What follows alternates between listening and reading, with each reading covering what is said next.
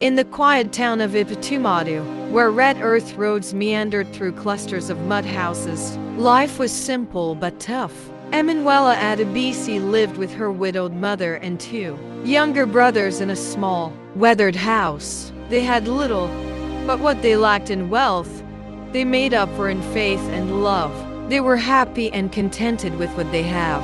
Emanuela, the eldest child, was her family's pride. She was intelligent, diligent, and deeply devoted to God. Every evening after school, she could be found at the village church, practicing with the choir or reading her Bible.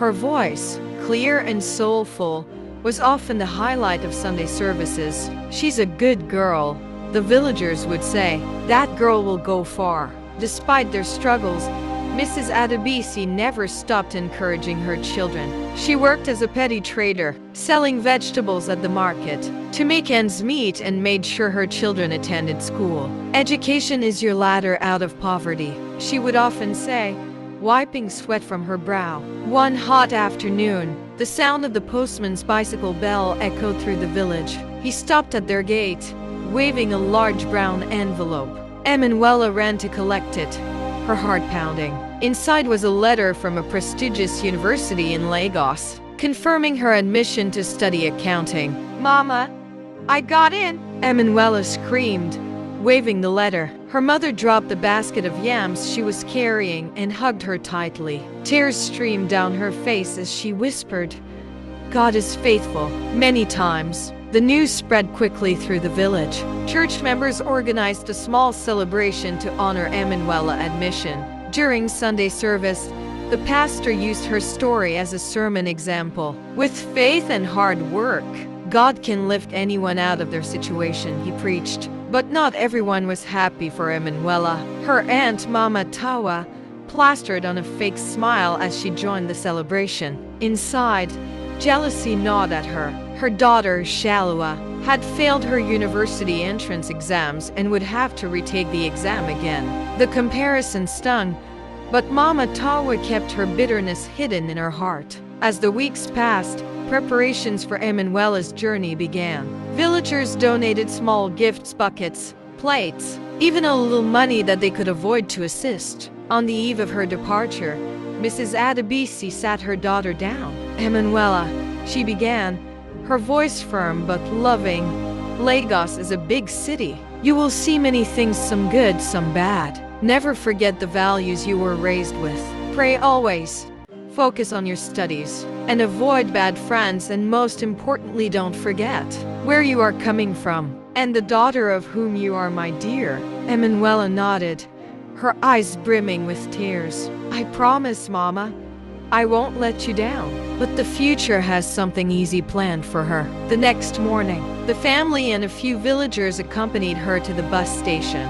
As the bus pulled away, Emanuela waved until they were out of sight, her heart both excited and anxious for the journey ahead. Arriving in Lagos was like stepping into another universe. The city buzzed with energy, cars honking, vendors shouting, and skyscrapers towering above.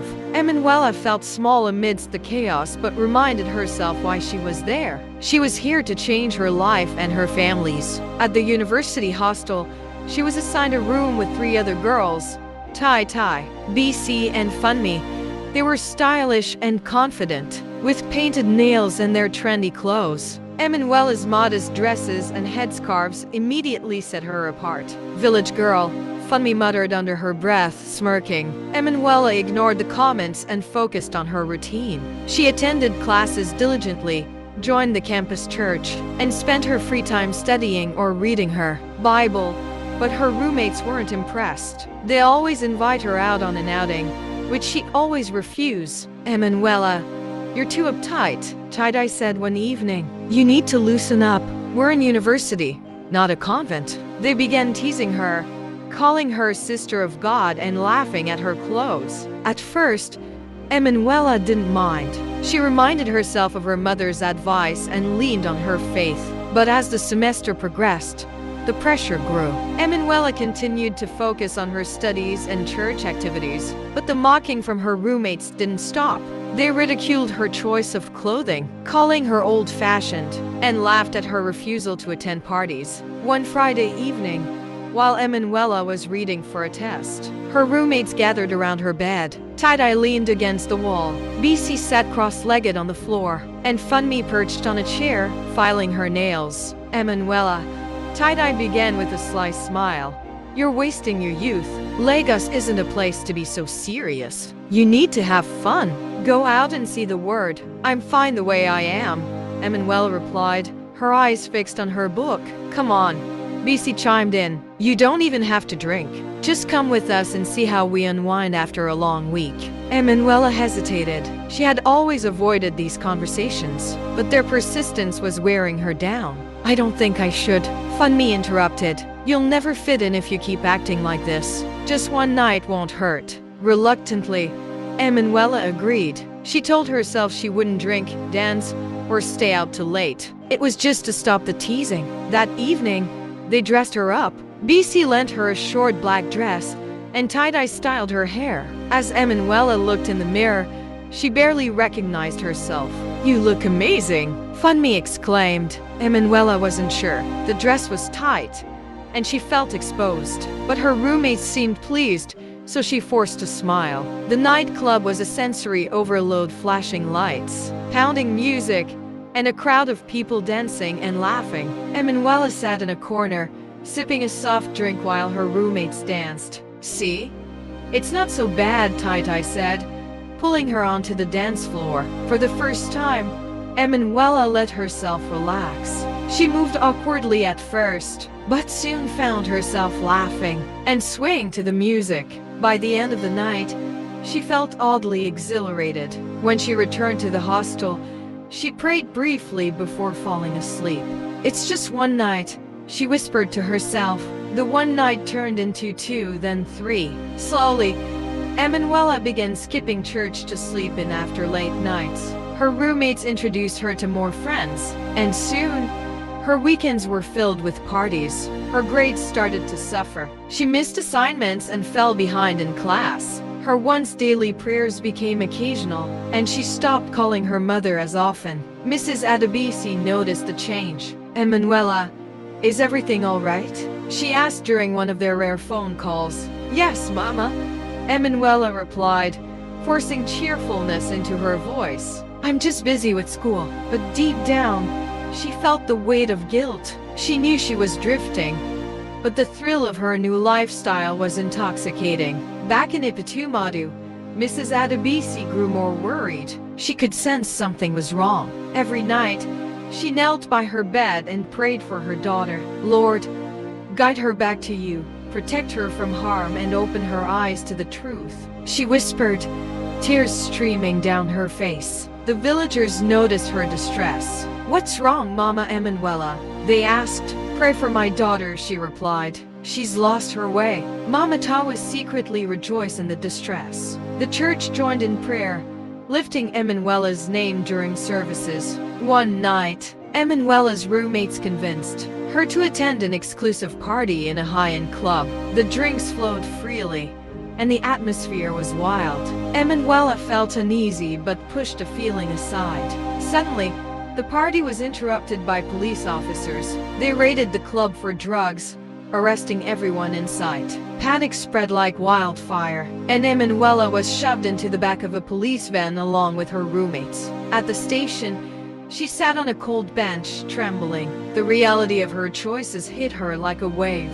She thought of her mother, her brothers, and the life she had left behind. The promise she made to her mother. The next morning, Mrs. Adebisi arrived at the station in distress, having been notified by one of the church members in Lagos. When she saw Emanuela, she broke down in tears. Mama, I'm sorry, Emanuela sobbed, falling to her knees. I've failed you. Mrs. Adebisi pulled her into an embrace. You've made mistakes, But God's grace is bigger than your sins. This is your second chance, my daughter. Don't waste it. Emanuela returned to campus with a new determination. She tried preaching to her roommate but was ignored and cut ties with her roommates and found solace in the university's Christian fellowship. She apologized to her professors and worked hard to catch up on her studies. The journey wasn't easy. Temptations lingered, and she often battled with shame. But with the support of her fellowship group and her mother's prayers, she found strength. Emanuela graduated with honors, her story of falling and rising again inspiring many. She returned to Ipatumadu, where she shared her testimony at church, encouraging young people to stay true to their faith and beware of temptations. Mama Tawa, who had once been jealous, was moved by Emanuela's transformation. You've become a light to this family, she admitted, tears in her eyes. Years later, Emanuela became a successful accountant and an active member of her church in Lagos. She often visited her family, never forgetting where she came from. Her life became a testament to God's mercy and the power of prayer. Through trials, Emanuela learned that no matter how far one strays, it's never too late to return to the path of righteousness. Moral lessons from the story. 1. Stay true to your values. No matter where life takes you, never forget the principles and values you were raised with. 2. Choose your friends wisely. The company you keep can influence your decisions, for better or worse. 3. The power of prayer. Even when things seemed hopeless, prayers played a vital role in life. 4. It's never too late to turn back, no matter how far you stray. It's never too late to seek forgiveness and start anew. 5. Resilience and redemption. Life is full of challenges and temptations, but setbacks can become stepping stones if you learn from them. 6. Parental guidance is a lifelong gift. The lasting impact of good parenting and the importance of instilling strong values in children. 7. Faith is a source of strength. With faith, even the most difficult situations can be overcome. This story teaches that life's challenges, while inevitable, are opportunities to grow stronger and wiser. Subscribe for more inspirational videos like this. Please remember to subscribe to this channel and give my video a thumbs up. And I'll see you in my next video soon. Thank you.